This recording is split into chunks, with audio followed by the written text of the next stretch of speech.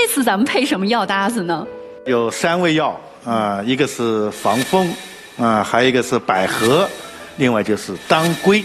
没太明白，当归不是养血活血的吗？很少听说当归也能够止咳嗽哟。很多人对当归的认识啊，还停留在养血啊、活血啊、调经啊，是妇科常用的一味药。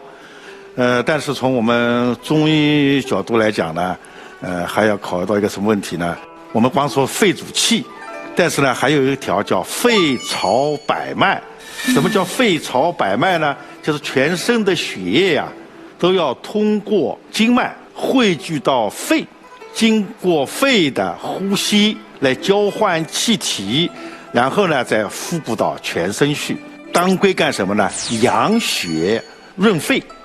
而且呢，当归啊，在《神农本草经》是这么记载的啊，说它无毒，主咳逆上气，所以当归治疗咳嗽啊，在《神农本草经》啊早就开始记载了。所以对于过敏性咳嗽啊，我们不光是用百合来养阴清肺，用防风驱风止痒，还要配伍当归干什么呢？养血润肺。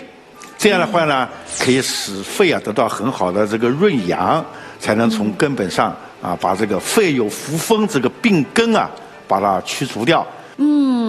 这个基础方和药搭子怎么样来搭配呢？用量如何呢？防风6克，百合15克，当归10克，一共是5味药，也就是2+3。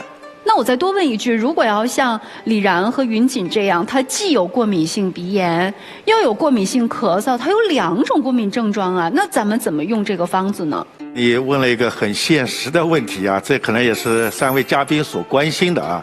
如果既有过敏性鼻炎，又有过敏性咳嗽，要预防它的发生和复发，可以把这2个方子合在一起，但是呢，要去除掉相同的药，基础方别重复用。